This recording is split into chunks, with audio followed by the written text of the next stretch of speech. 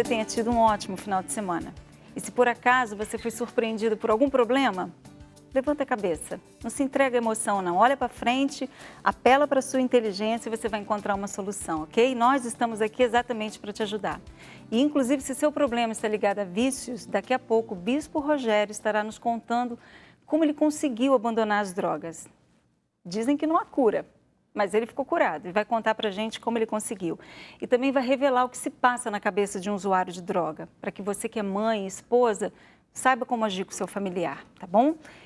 Inclusive, também teremos aqui a doutora Liliane Guimarães. Boa tarde, Sim, boa doutora. Tarde, prazer. Prazer é todo nosso. E ela vai estar falando daqui a pouquinho tudo sobre endometriose. Nós vamos agora assistir a uma matéria e daqui a pouquinho voltamos tirando suas dúvidas. Cólicas de enlouquecer que atrapalham a vida de 10 milhões de brasileiras. Problema que pode prejudicar o trabalho, o casamento e até o desejo de ser mãe. Consequência de quem sofre com a endometriose. Doença que pode se tornar um trauma. A endometriose é o endométrio fora do útero, que pode estar nos ovários, pode estar no tecido que reveste toda a cavidade abdominal, e pode estar principalmente também em outros órgãos. O tecido que reveste o útero é o endométrio. Rico em vasos sanguíneos, ele prepara o organismo da mulher para uma possível gravidez todo mês. Se a mulher não engravida, toda a camada do endométrio é eliminada na menstruação. No próximo mês, ele volta a se formar. E quando o corpo não consegue retirar todo o endométrio, surge o problema da endometriose. Aquele resto pode se fixar nos ovários, nas trompas e até na bexiga. Nos casos mais graves, causa infertilidade. Dores fortes, dores terríveis que eu não conseguia. Como era no ovário, eu não conseguia levantar a minha perna. Eu já estava inchada demais e aí a dor veio arrebentando. Dores de ficar de cama, de todo mês ter que ir para o pronto-socorro, tomar injeção na veia. As dores no período menstrual e na relação sexual são os sintomas mais comuns, mas é preciso prestar atenção a outros sinais da doença, como dores ao urinar e diarreia. Um exame clínico é o primeiro passo para o diagnóstico e o tratamento pode ser através de medicação ou cirurgia. Existem maneiras de afastar a doença, dar uma melhorada na autoestima e aproveitar para ficar mais bonita e saudável. Uma boa alimentação, dormir bem, exercício físico. Então, o exercício físico, além de melhorar muito a imunidade, a endorfina, que é o que se produz no exercício aeróbico, ela no ovário, a ação da endorfina no ovário diminui a produção do estrógeno, que é o alimento da endometriose. E a partir de agora, as nossas linhas estarão abertas para atender você que deseja tirar dúvidas com a doutora Liliana. O telefone é o 5644-5210. Temos também o nosso e-mail, que é, deixa eu me lembrar aqui, você mulher, pode falar, é vocêmulher@r7.com. Doutora Liliana, quais são os sintomas? Então, a endometriose pode causar uma série de sintomas. O mais comum são as cólicas menstruais de forte intensidade, que geralmente não melhoram com os analgésicos convencionais. E, dependendo do grau da endometriose, você pode ter essa dor, inclusive, fora do período menstrual. Essa é a principal característica. Outra coisa que pode acontecer é a dificuldade para engravidar em alguns casos. Mas quando a gente fala de dor, é dor só no abdômen ou uma dor que também incomoda aqui atrás? Geralmente é uma dor, uma cólica, que acontece normalmente no período menstrual. Pode ser uma dor nas costas, geralmente uma dor abdominal intensa, pode ter irradiação inclusive para as pernas. Às vezes, pela intensidade da dor, a paciente pode ter náusea, vômito. E quando chega nesse ponto, assim, já é uma questão cirúrgica? Na verdade, tem pessoas que mesmo que não tenham endometriose, possam apresentar esse tipo de sintoma. Uma cólica de forte intensidade, mas não necessariamente ser o caso de endometriose. E você pode ter uma endometriose leve, com sintomas de forte intensidade, e pode ter uma endometriose não tão intensa, mas que exige tratamento da mesma forma. A principal coisa é fazer o diagnóstico. E, inclusive, quais são os exames para o diagnóstico? Então, primeiramente, o mais importante é você fazer uma boa história clínica com o paciente, que a paciente te conte todos os sintomas, a seguir o exame físico, porque durante o toque, no exame ginecológico, a gente vai tocar alguns pontos, que são os pontos que comumente doem quando a pessoa tem esse tipo de doença. E aí, a seguir, de acordo com o que a gente suspeitar, as possibilidades são realizar um ultrassom transvaginal, talvez uma ressonância e alguns exames de sangue. Então, isso a gente vai avaliar caso a caso, depende da suspeita da localização do quadro. Ana, você tem uma pergunta? Eu tenho. Ela é uma doença hormonal, né? Isso a gente já conseguiu diagnosticar. Sim, não é hormonal? Mais ou menos. Assim, na verdade, as células de dentro do útero, do endométrio, que são aquelas células que saem durante a menstruação, por algum motivo, a gente tem algumas teorias, mas elas grudam num lugar indevido. Então, o que acontece? Essas células são feitas para menstruar. É aquele tecido que sai durante o processo de menstruação. Se elas estão em lugares onde elas não deveriam existir, às vezes no intestino, na bexiga, nos ovários ou até na parede abdominal, durante o processo da menstruação, elas causam uma reação inflamatória intensa, o que provoca a dor. Que é isso que gera as dores. É né? ligado à parte hormonal? Sim, porque o que faz esse crescimento? O estrogênio, que é o hormônio feminino normal. Então, quando a mulher entra na menopausa... A tendência é que pare de ter sintomas. E se a pessoa já apresentar o quadro de endometriose, é uma coisa que vai regredir? Durante a menopausa? Sim. Sim.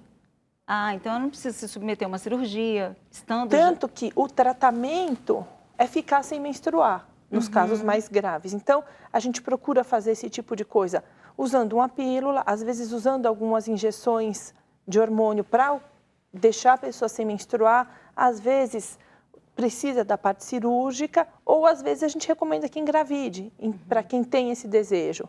Porque aí são 9 meses sem menstruar. Tratamento mesmo é sempre a base de anticoncepcional? Ou anticoncepcional, ou injeção hormonal, ou cirúrgico. Às vezes você pode fazer um tratamento cirúrgico, usa o anticoncepcional por um período curto e fica curado. Doutora, dependendo do tamanho. Nós temos uma pergunta, a Carol, daqui de São Paulo. Oi, boa tarde. Eu sou a Carol, aqui do bairro da Saúde. Minha pergunta para a doutora é: a endometriose e os cistos, no ovário principalmente, são a mesma coisa? Bom, no processo normal de funcionamento do organismo, todos os meses, quando nós vamos ovular, o ovário forma um cisto para poder liberar o óvulo durante o período fértil. Então, isso é um processo fisiológico. Então, a gente precisa saber qual é o tipo do cisto. Existe um cisto que é chamado de cisto folicular, que é normal do funcionamento do organismo da mulher. Então, isso a gente não precisa se preocupar. Existe um outro tipo de cisto, que são os ovários policísticos, que são alteração hormonal. O cisto de endometriose, ele é bem diferente aos exames. Ele tem um conteúdo mais espesso, que dá para ser diferenciado durante um exame de ultrassom, uma ressonância. Então, são coisas diferentes que você vai desde uma coisa que é normal até uma doença. Eu acho que com isso, dona Fátima, a gente consegue quase responder o que a Nath está falando aqui. Para quem não sabe, nós temos nosso e-mail, né? Então, a Nath está perguntando aqui. Mas acho que a senhora conseguiu falar agora, ó. Tenho 19 anos, mas desde os meus 14 sinto muitas cólicas abdominais. Já fui a ginecologistas várias vezes, reclamando com essa dor, que sempre acontece no ciclo menstrual. Fiz exames e deu cisto no ovário. Mas mesmo depois do tratamento, agora sem o cisto, continuo com essa dor. Como eu havia falado, principalmente pacientes jovens, nos primeiros ciclos menstruais, pode acontecer de ter uma cólica intensa e não necessariamente ser um processo de endometriose. É porque ela tratou o cisto, né? Ela e fala assim, que... se ela realizou um exame e que não foi diagnosticado endometriose, muito provavelmente não deva se tratar disso. O importante é que ela procure um ginecologista para que possa realmente ser reavaliada e fazer o diagnóstico de algum problema ou não. Mesmo que não for endometriose, existe tratamento para quem tem cólica intensa. Então, isso dá para resolver. A cirurgia é uma coisa complexa, é simples? Depende do grau da endometriose.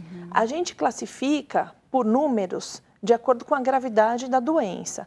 Então, sendo uma mais leve até um estágio mais avançado. Uma endometriose leve pode pegar só o ovário. Aí uma cirurgia simples, a gente retira só o cisto e resolve o problema. Depende de como tiver. Tá? Para mexer num ovário, só 1 hora e meia. Geralmente a gente faz por videolaparoscopia, que é um procedimento menos invasivo, fica uma recuperação um pouco mais rápida, menos dolorida. E que a pessoa volta à vida normal? Rápido, no outro dia? Assim, a gente recomenda que se afaste do trabalho por uns 10, 15 dias, porque tem um certo desconforto para se locomover. Mas em 1, 2 dias fica sem dor.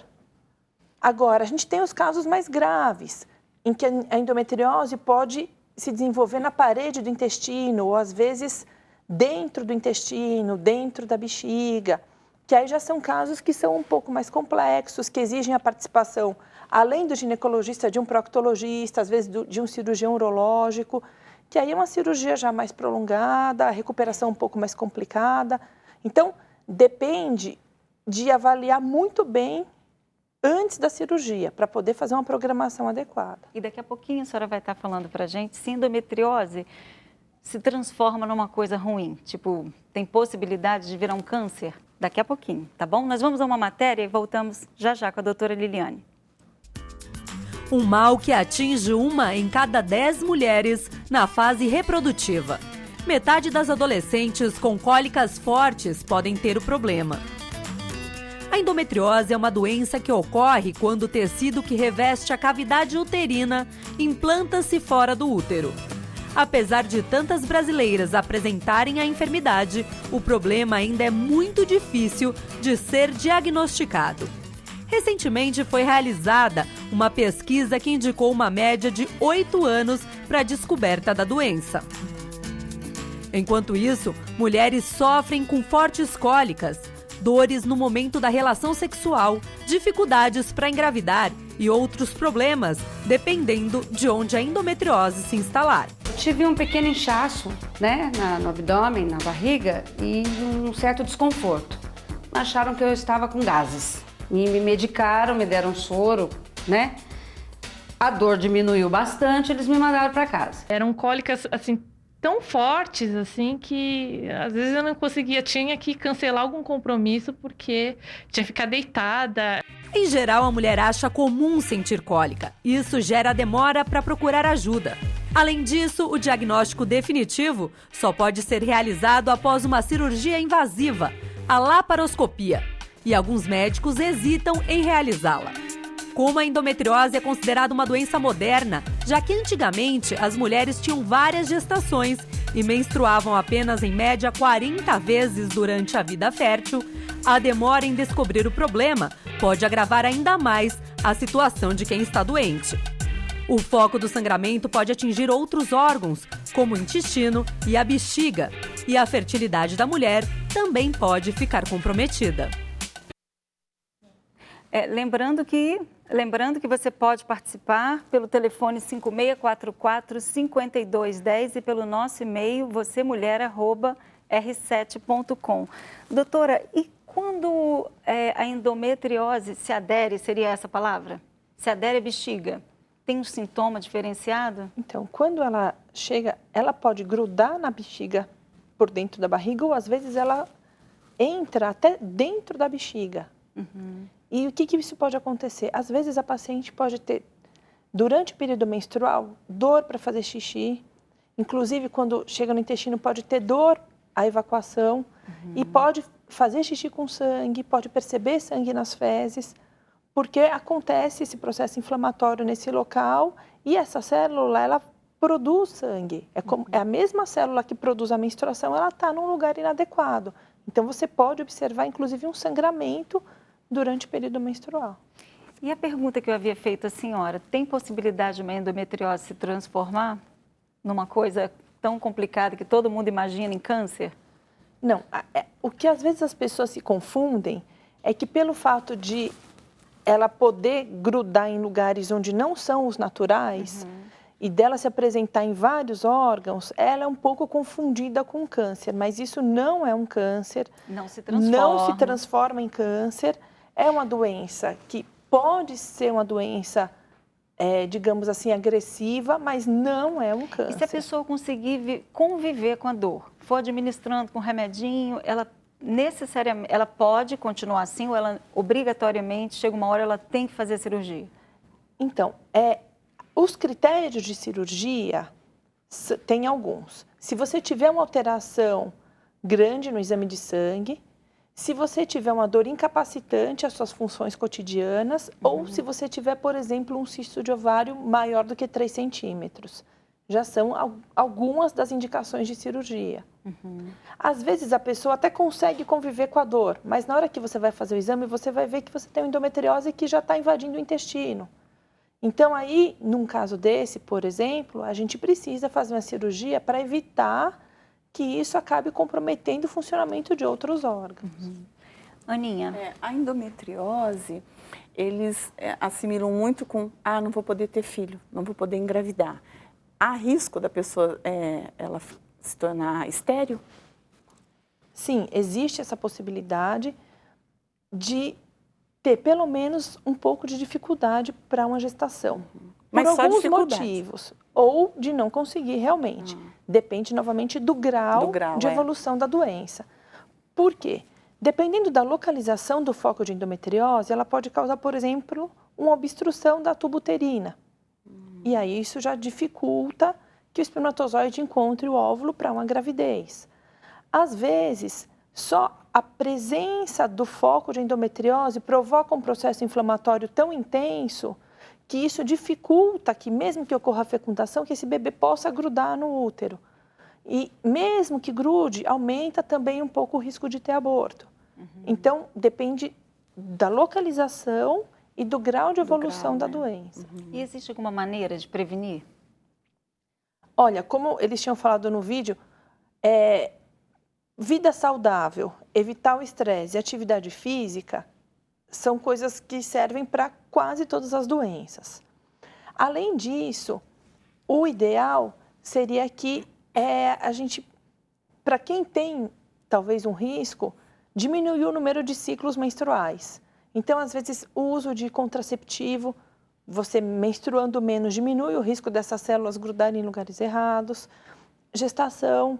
Antigamente, as pessoas engravidavam várias vezes. Então, cada vez que você tem uma gestação, você fica pelo menos os 9 meses da gestação e mais uns 2, 3 meses depois sem menstruar. Isso já seria um descanso para essa parte endometrial. Hoje, como as pessoas optam por não ter filhos, isso é uma coisa que também às vezes atrapalha um pouco. Então, é basicamente menstruar menos. Nós temos a Juliana, de São Paulo, que tem uma pergunta também para a senhora. Oi, eu sou a Juliana da Vila Prudente e a minha pergunta é a seguinte. A medicina diz que o que caracteriza a endometriose é o crescimento de células, que pode ser do útero, da bexiga, do ovário e até no intestino, né? Isso lembra muito o câncer. Eu queria saber se a endometriose e o câncer têm algo em comum, como é que a gente explica tudo isso? Como a gente havia comentado agora há pouco, né? Frisando, na verdade, a endometriose não vira um câncer, tá? Ela pode sim ter um comportamento similar, pelo fato de uma célula que não é originária da bexiga, não é originária do intestino, nem do ovário, esteja presente num local que não é o seu. Então, ela tem um comportamento, é o que leva as pessoas a confundirem, mas a endometriose não é câncer e não vira câncer. E deixa eu só fazer mais uma pergunta. Assim que a mulher menstruar, ela pode já começar a ter endometriose? Desenvolver endometriose? Ou não? Ou isso então, não tem uma idade de início. Ela pode acontecer em pessoas jovens. A gente vê que, em média, por volta de 25, 30, 35 anos. Era isso que eu ia... Porque leva um certo tempo. Então, esse processo precisa se repetir. Menstruar, menstruar, menstruar, até chegar uma fase que realmente você começa a ter essas células implantadas fora do local a ponto de elas conseguirem se dividir. Então, é uma doença que acomete as mulheres por volta de uns 30 anos, porque a maioria dos diagnósticos a gente vê que é sempre nessa idade, por volta, né, de 28 a 30 anos. Exatamente. Então é por isso, né? Mas é um problema genético? Tem sim uma certa correlação familiar, mas não é uma coisa que está tão estabelecida que se sua mãe tiver, você vai ter? Não necessariamente, porque depende também do seu comportamento. Se a sua mãe teve, mas você teve várias gestações, usou anticoncepcional, pode ser que você não tenha. Então, nós temos a última pergunta, é a Patrícia, daqui de São Paulo. Doutora? Oi, eu sou a Patrícia, aqui do Jabaquara, e eu tenho uma dúvida.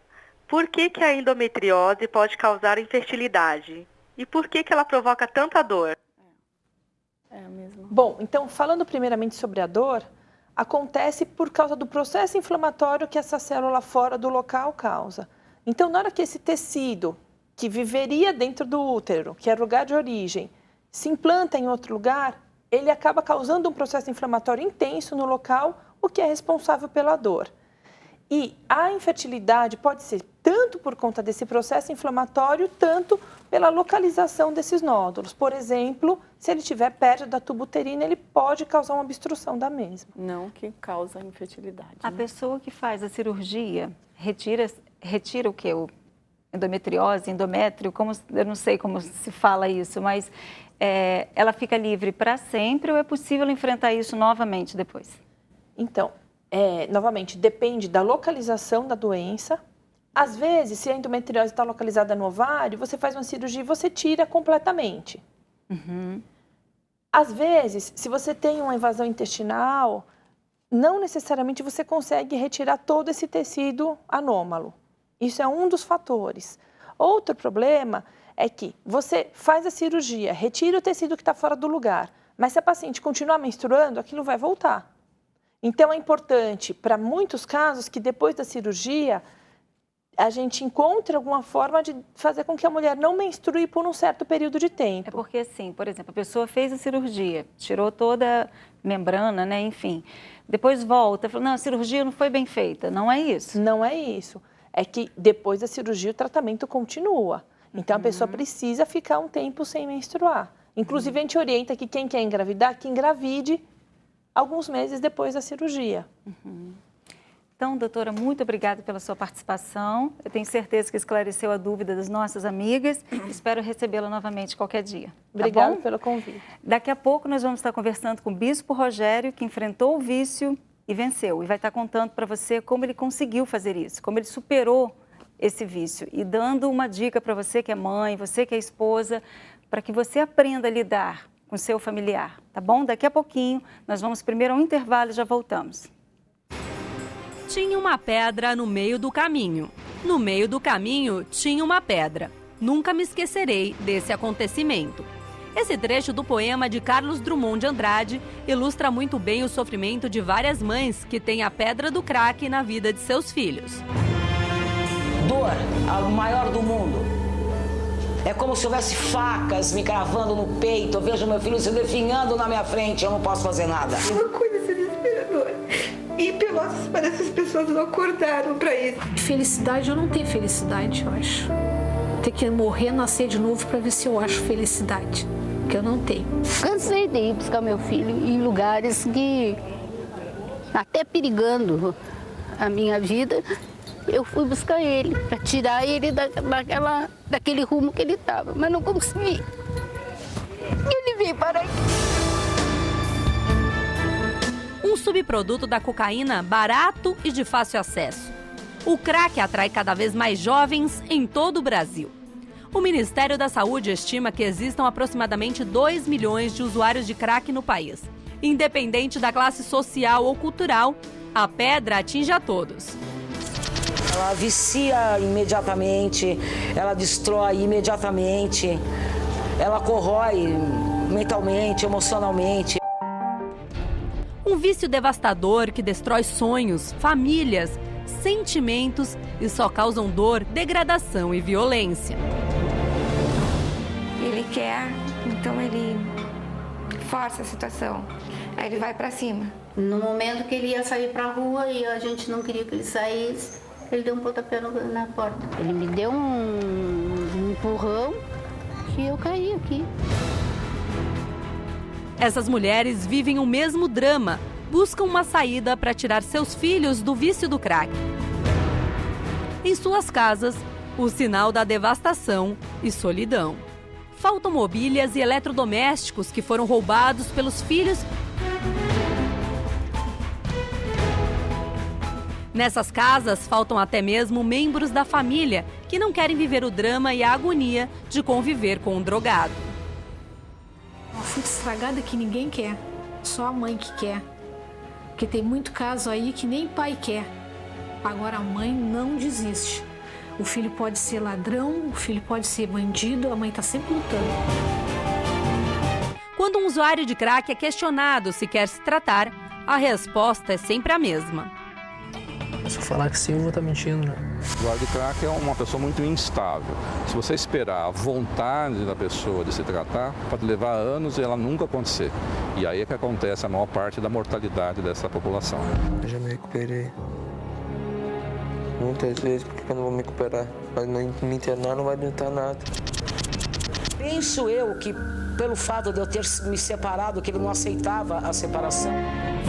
Lucas também se justifica com a ausência do pai. Eu não tô negando, Lucas. Eu acho que tu é meu filho, eu sou responsável por ti. Quem tem casa hoje? Só tem casa, vocês têm casa hoje, eu tô morando com a minha cunhada. Foi pelo teus atos, meu filho. E tu acha que tu não tá doente, ele não acredita que isso é doença. Olha, me fala doença, eu tô. Te pedir coisa pra comer é doença. Te pedir dinheiro pra pagar a luz é doença. Mas cai. Aí quando eu fumo uma pedra, é por causa que eu não tenho. Meu pai tá lá, ó. Eu vejo, mas meu pai nunca mais viu meu pai. A irmã de Lucas é enfática em responder se acredita no irmão. Não acredito. Porque é tudo um conto. Entendeu? Ele te conta uma coisa, só que a metade, a maior parte, 99% é mentira. Ou ele vai acabar morto por traficantes, ou ele vai acabar morto pela deficiência mental que ele vai acabar. Nesses casos, quase sempre é a mãe que sempre acredita na recuperação. Palavras não descrevem a dor de uma mãe. Só que eu acho que nenhuma mãe que tem um filho nessas condições deve desistir. Deve lutar até o fim. E é o que eu vou fazer.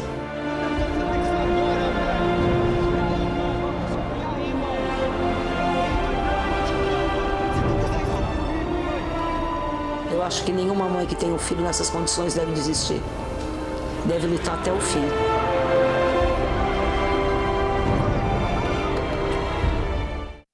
E nós estamos aqui de volta com o Bispo Rogério. Boa tarde, Bispo. Boa tarde.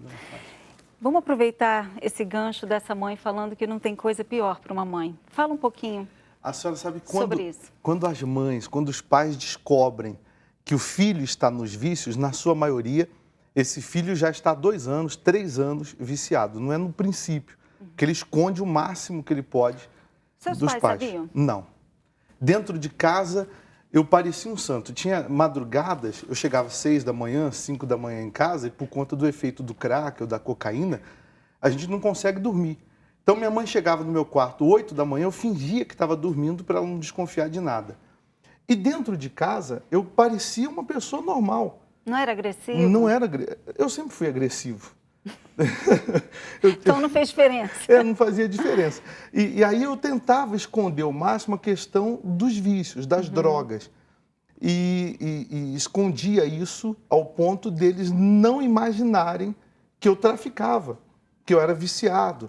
Eu estudava, eu fazia faculdade e eu passava de ano, eu nunca repeti e sempre passei porque eu sempre colei, nunca estudei, na verdade. Então, os meus pais não desconfiavam. Quando, claro, eles descobriram, para eles foi um choque, como para qualquer pai, para qualquer mãe. Quando eles descobrem, eles vem a primeira pergunta na cabeça deles: onde foi que eu errei? Vem logo uma sensação de culpa, né? Onde foi que eu falhei? Onde foi que eu errei? E, na verdade, o pai não errou, a mãe não errou. Porque onde começa o vício? Onde começa a droga? Por mais... os meus pais eram presentes. Os meus pais me ensinavam o que era certo e o que era errado. Mas eu aprendi, eu conheci as drogas na escola. Porque não é um estranho que apresenta para a senhora. É aqui, nessa conversa de amigos, tem um amigo que diz, olha, tem uma substância que é boa. Tem a maconha, tem a cocaína, tem o crack. Ele vai apresentar uma coisa que já sabemos que o nome é droga, mas que ele faz uma propaganda tão grande que desperta uma curiosidade. O adolescente, movido por curiosidade mesmo, emoção e adrenalina, e né? até por autoafirmação, porque aquele que usa droga na escola, ele se destaca dos outros. Parece que ele é mais homem, parece que ele é mais popular, que eles usam muito essa expressão, ele é mais popular na escola. E aí vem a decepção dos pais, a decepção da mãe. E eles começam a se culpar. Onde que eu errei? Onde que eu falhei? E, na verdade, não erraram. E eu imagino também, Bispo, que assim, deve ter mãe que, na hora que chega o filho drogado, enfim, deve tentar usar uma arma, que é tipo assim, deixa eu ver se ele consegue ter pena de mim, né? Chorar, se lamentar, olha a situação do teu pai, olha a situação que a gente enfrenta. Isso e nada... Tenta comover de várias formas, não adianta.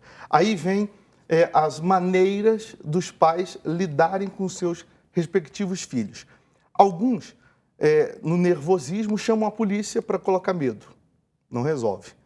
Outros cortam as regalias. Se deixava sair final de semana, não deixa mais. Se dava mesada, dinheiro, não dá mais. Cortam algumas regalias. Só piora. Aquilo que os pais imaginam ou pensam que iria ajudar, vai provocar ainda mais uma ira, um nervosismo, e que aí ele vai fazer de pirraça, e dominado até pelo espírito do vício, que leva ele, então, a contrariar tudo que os pais dizem, tudo que os pais falam. Aí o pai começa, ou a mãe começa a vigiar 24 horas. Vira uma neura, coitado. Começa a ligar, de 1 em 1 minuto, você está onde, você está com quem? Achando que vai conseguir controlar. E vai piorar.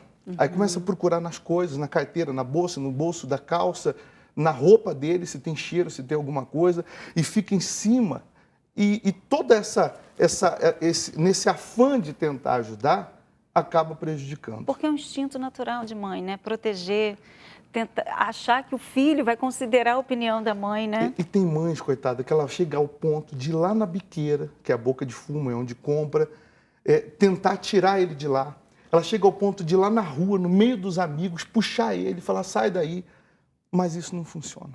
O senhor vai falar para a gente, então, agora um pouquinho, o que funciona? O que uma mãe tem que fazer? Os pais, primeiro, que eles perdem as rédeas. Perde o controle totalmente. O filho passa a não ser mais o filho dela. Ela perde o filho para as drogas, perde o filho para os vícios, e ela diz assim, esse não é o filho que eu criei. Esse não é o filho que eu coloquei no mundo. Quando a minha mãe, antes de falar o que funciona, quando a minha mãe descobriu, meu pai descobriu, para eles foi um choque. Eles disseram, poxa, eu não imaginava isso. Mas eles só descobriram depois que o senhor já tinha abandonado? Quando descobriram, eu estava no crack. Eu já estava no fundo do poço. Porque os pais não descobrem no início, na sua maioria não é no início.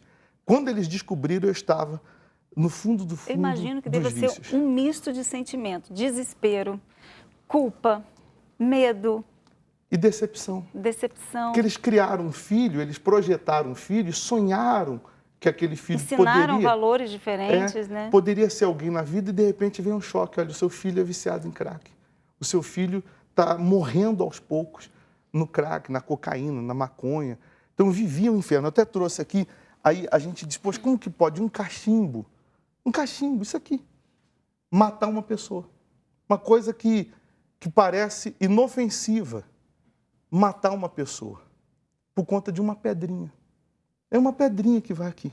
Bota cinza de cigarro, um pedacinho da pedra de crack, já é o suficiente para dominar o ser humano. Porque a pedra me dominava. A pedra mandava em mim.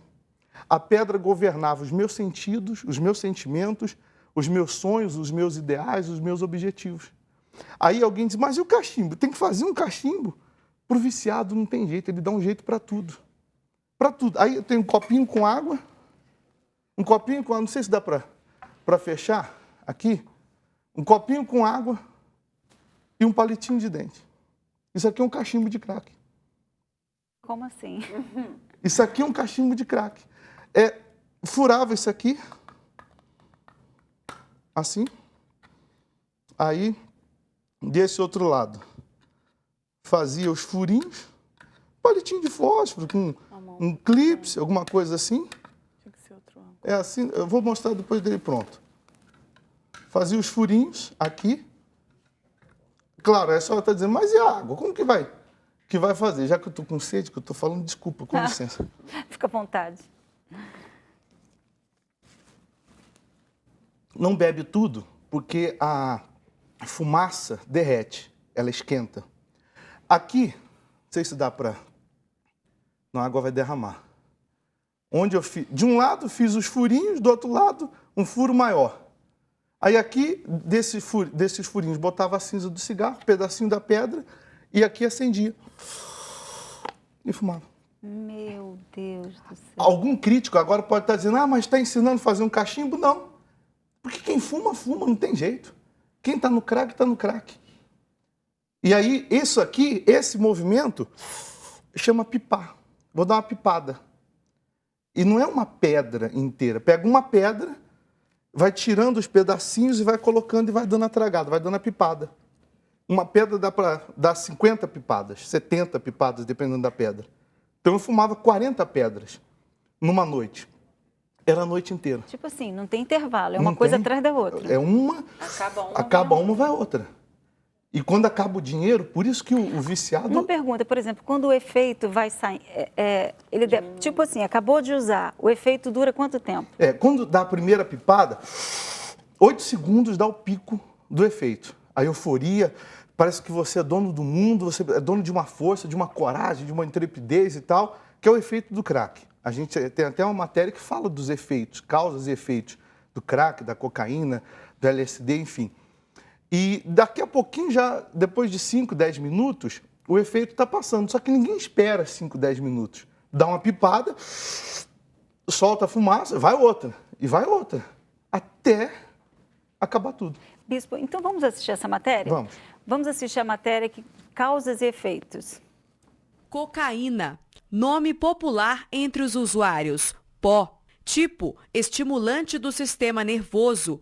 Efeitos, aumenta a frequência cardíaca, a pressão arterial e causa excitação e ansiedade. Melhora o estado de alerta, os movimentos e acelera pensamentos. A pessoa tem uma intensa sensação de poder, mas fica irrequieta. Cogumelo, fungos alucinógenos. Nome popular entre usuários, cogumelo. Tipo, estimulante do sistema nervoso. Efeitos, alucinações, quadro psicóticos graves. Crack, nome popular entre usuários, pedra. Tipo, estimulante, primeiro estágio e depressora, estágio final. Efeitos, faz efeito no cérebro cerca de 10 segundos depois que sua fumaça é aspirada. Causa excitação, euforia, acelera a respiração. Em seguida, causa depressão, paranoia e forte síndrome de abstinência. Vicia mais rápido que as outras drogas e pode matar em menos tempo. LSD, nome popular entre usuários, bala. Tipo, estimulante do sistema nervoso. Efeitos. As pupilas ficam dilatadas, a pessoa começa a suar muito, não sente sono e treme.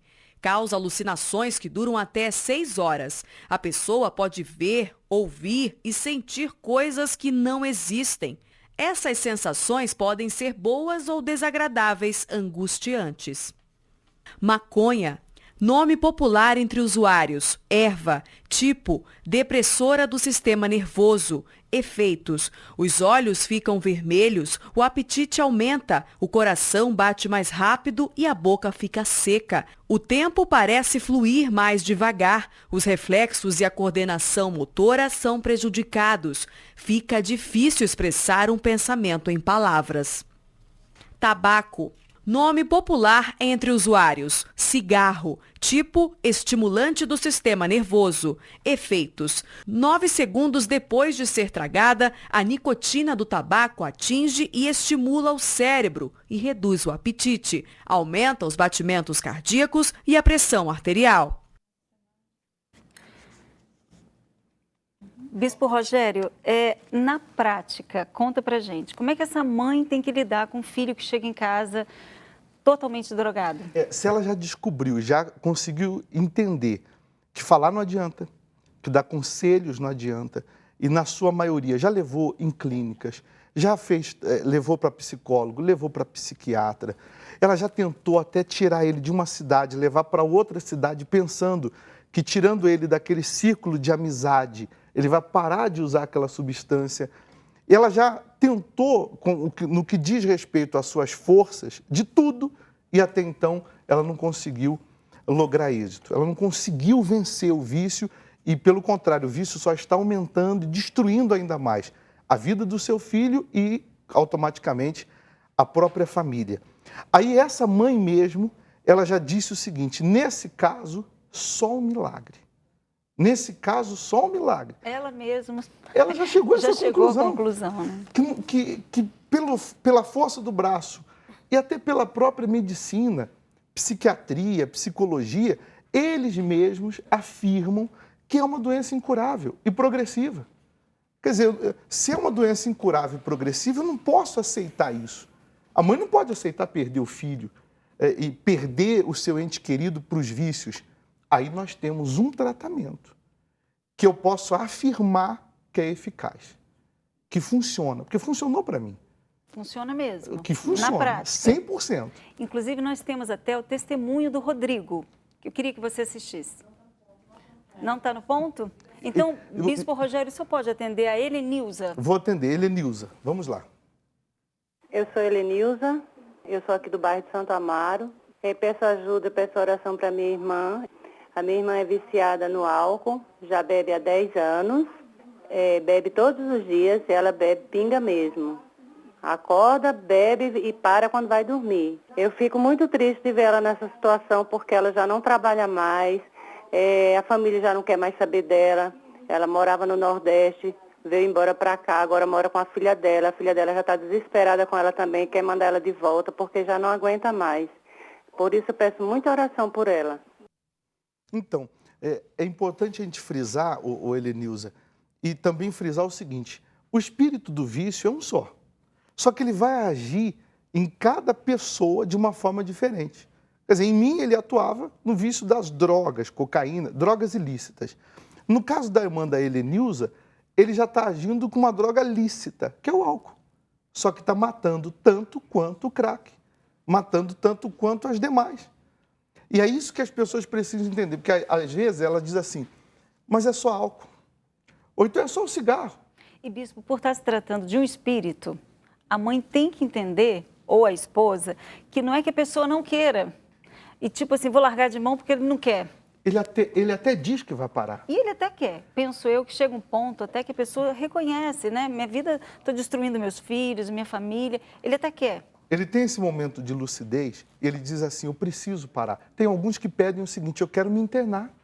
Me interna, me ajuda. Tamanho é o desespero, né? Porque a pessoa vê a realidade que está e ela quer uma solução. E o sofrimento que ela está causando. Só que ela é dominada por uma força maior.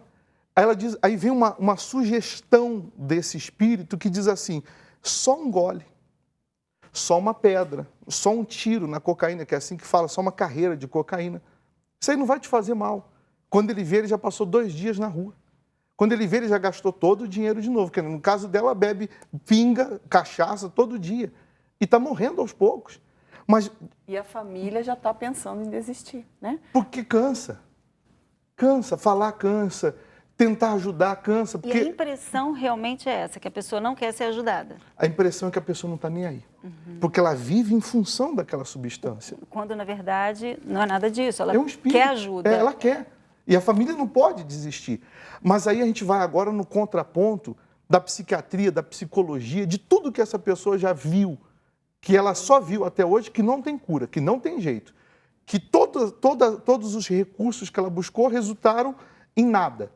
Mas nós temos o tratamento aos domingos, às 3 da tarde, que tira o espírito do vício. Então, a gente vai lá na raiz do problema.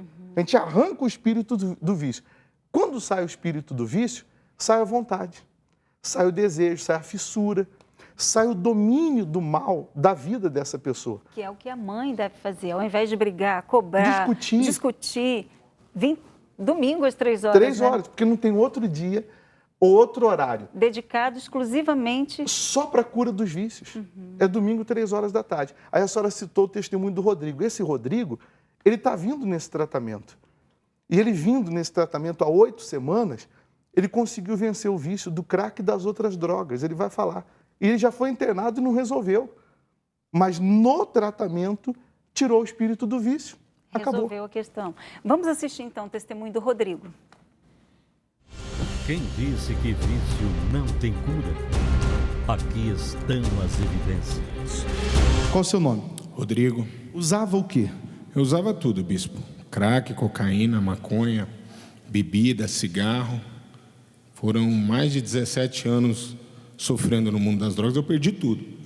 Eu era um empresário bem-sucedido no estado de São Paulo, no Rio de Janeiro. Eu era dono de loja no shopping. Eu tinha casa de aluguel, perdi tudo, tudo. Perdi o casamento, cheguei ao fundo do poço. Antes de começar a vir aqui na reunião, eu estava morando de favor na casa do meu pai. Aí vim para cá, comecei a lutar espiritualmente, ouvindo o senhor falar na televisão. E de lá para cá, minha vida deu uma mudada em todos os sentidos. Hoje eu não fumo mais, eu não bebo. Eu estava bebendo 1,51 litro por dia na casa do meu pai. Tá? 1 litro por dia? 1 litro por dia. Meu filho de 11 anos está ali, ó. Meu filho tem 11 anos, está vindo comigo aqui. Eu tenho um de 11 e um de 16. Eu roubava os outros dentro de casa. Um empresário bem-sucedido, eu estava roubando meu pai, eu vendi o botijão de dentro da casa do meu pai, eu roubei o DVD, eu vendi as roupas do corpo, tudo, tudo. Meu filho está ali, se alguém quiser perguntar para ele está ali. Pede para vir aqui o filho. Tá ali. Vem cá, Gabriel. E aí, o que mais? Eu fiz de tudo. Trocou tudo pelo vício? Tudo. Eu troquei tudo, eu perdi tudo. Por último, eu arrumei um emprego de vendedor de carro na Volkswagen. Eu pegava o carro da empresa e ia para a boca de fumo, fumar pedra. Aí eu conheci a pedra foi devastadora. Foi assim uma coisa que tirou sentimento, roubou emoções. Eu já me internei, tá? Eu já vendi um carro meu para pagar a internação. Por último, agora eu fiquei numa clínica de graça em Brasília. Fiquei lá 4 meses. De um dia para o outro eu levantei e falei, hoje ninguém me segura. Fumei droga, fui expulso da clínica, fiquei mendigo 1 semana em Brasília, mendigando em Brasília, sabe? Foi muito difícil, ligando para familiar, pedindo ajuda, todo mundo virou as costas, todo mundo, toda a minha família, pessoas que eu ajudava, pessoas que comiam da minha mesa, que quando eu estava bem, estava comigo, no momento que eu precisei, que eu estendi, pedi ajuda, me ajuda a internar. Ninguém me ajudou. Eu estava sozinho. E foi essa luta. Fiquei um mendigo lá 1 semana, que foi meu fundo de poço. Eu pedi comida. Eu fiquei 1 semana sem comer. Eu pedi comida. Eu era dono de um restaurante que eu tinha 25 funcionários no Rio de Janeiro. Eu era dono de um boliche em Campos dos Goitacazes. Eu pedi comida na rua em Brasília. Ali foi meu fundo de poço. Cheguei em São Paulo, continuei na droga. Continuei no vício. Meus filhos não ficavam perto de mim. Minha ex-mulher não deixava os meninos chegar perto de mim. Aí eu comecei a vir aqui. Aí aqui eu fui ouvindo a mesma coisa que aconteceu hoje. Eu vi que era um espírito. Eu falei, peraí, se é um espírito... Eu tinha pesadelo, eu xingava, eu brigava. Eu tinha tudo de ruim. Eu acho que era o que chama legião, né? Uma legião comigo. Mas a partir do momento que eu vim aqui e comecei a colocar a minha fé em prática, a obedecer, eu parei de beber desde o primeiro dia, de fumar, eu não fumo mais. Eu não uso mais drogas, desde o dia que eu pus o pé que eu não uso mais drogas. Graças a Deus eu não moro mais no quartinho lá na casa do meu pai, eu consegui alugar uma casa para mim. Hoje eu tenho prosperidade, entendeu? Vou visitar uma pessoa que eu tenho lá em Belo Horizonte, minha noiva, vou de avião. Para quem dormir na rua, dormir na rua. Que você está curado do vício, então podemos dizer que tem o quê? Umas 8 semanas? 8 a 9 semanas que eu estou vindo aqui. E já mudou a sua vida, a sua mente, totalmente? Mudou. Eu tô lutando com toda a minha força. O principal era dormir. Eu não conseguia dormir, eu não tinha paz. Esses dias eu estava voltando para casa, estava chovendo. Eu tenho dívidas em banco por causa da sociedade que eu tinha, mas eu vou vencer. Isso aí, o principal, que era o vício, já saiu. A vontade também saiu? Não, total. É isso que eu fico impressionado, é com a vontade. Eu tentei, gente, durante 17 anos, eu não consegui. Eu ficava bem uma semana, 2, entendeu? Aí todo mundo falava assim, agora vai. Agora vai. Aí na hora que falava agora vai, eu acabava com tudo, a esperança de todo mundo. Aí acabei ficando sozinho, eu achava que não tinha mais jeito para mim. A vontade sumiu? A vontade foi embora, graças a Deus. Outro homem. Esse dia eu estava indo embora para casa, da igreja, eu saí da igreja e fui embora para casa. Estava chovendo, eu com fome, sem guarda-chuva. E dentro de mim uma alegria. Eu estava rindo na rua. O senhor pagou quanto aqui para ser curado? Nada, não paguei nada. Hoje, como que é seu pai? Normal. Outro homem? Uhum. Hã? É. O tratamento da cura do vício funciona ou não? Vai funcionar para você e para sua família também.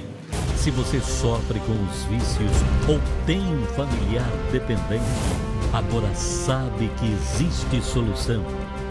Domingo, às 15 horas. O tratamento para a cura dos vícios é gratuito. Na Avenida João Dias, 1800, Santo Amaro. Então, nós voltamos e a Ana Cláudia tem o e-mail da Maria, né, Ana? A Maria, ela está pedindo oração pelo filho. Mas é o que a gente estava comentando. Aí, Maria, você já entendeu que o problema dele é espiritual e que você tem que buscar por ele. Então, você já sabe o problema e nós temos a solução. Então, você querendo, aos domingos, 3 horas da tarde, o Rogério está aqui. E por que a gente pode afirmar que nós temos a solução? Porque ele foi curado. Então, eu te convido, tá? Então, Bispo Rogério, é com o senhor. Fala como o senhor conseguiu vencer. É porque se funcionou para mim, vai funcionar para ela, vai funcionar para o filho, vai funcionar para essa pessoa que é usuário. O senhor me desculpe, mas eu queria, porque de repente é a pergunta da pessoa que está nos assistindo. Houve um processo para o senhor? Ou o senhor chegou na igreja, veio na reunião e foi imediato? É por isso que nós chamamos de tratamento. Sendo um tratamento, tem que ter uma sequência, semana após semana, dia após dia, como testemunho do Rodrigo. Há 8 semanas que ele participa do tratamento.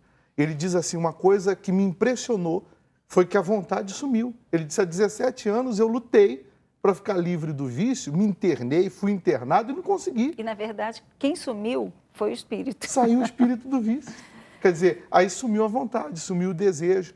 E a vida dele já mudou, já está andando. Então, à medida que ele estiver nesse tratamento, nesse processo, ele vai subindo degrau após degrau. Ele está em fase de ascensão. Daqui a pouco a vida dele estará completamente transformada. Como mudou a minha. Então, e o melhor, é de graça, não precisa pagar nada. E todo domingo? Todo domingo, às 3 horas da tarde, aqui na João Dias, 1800 em Santo Amaro. Bispo, obrigado pela participação. Estamos chegando ao final do nosso programa e amanhã estaremos de volta com uma entrevista para lá de especial com a Dona Esther, falando sobre o papel da esposa no casamento. E também a presença da doutora Carla Valéria, que é pneumologista e vai falar sobre as doenças do inverno. Não percam, espero vocês. You are beautiful. You are smart. You are funny. You are kind. You are unique. You are worthy of love and affection.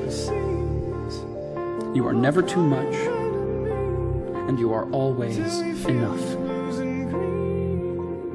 You are precious. You are a diamond, a rose, a pearl, the most stunning of all God's creation. You are worth more than you could ever imagine. Worth more than the numbers on the scale, or the hair product you use, or the shoes you wear. More than how many girls wish they were you, or how many guys wish they had you. More than the price tags on your clothes, or the percentage at the top of your math test, or even the number of followers you have on Twitter. Your worth surpasses all earthly things, because in the eyes of the Lord God, you are loved, and you are worth dying for. Regardless of who you think you are, whether you model in a magazine or you model pottery with grandma.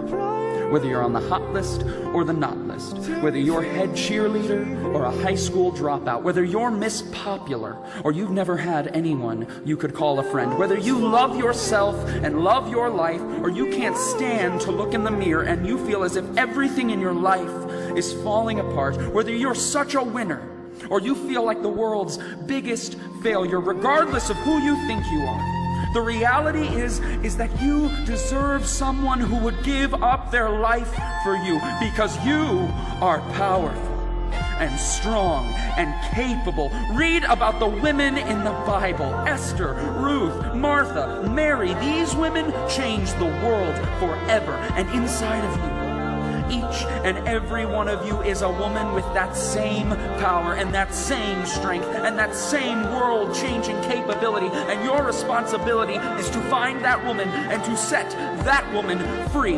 This is who you are.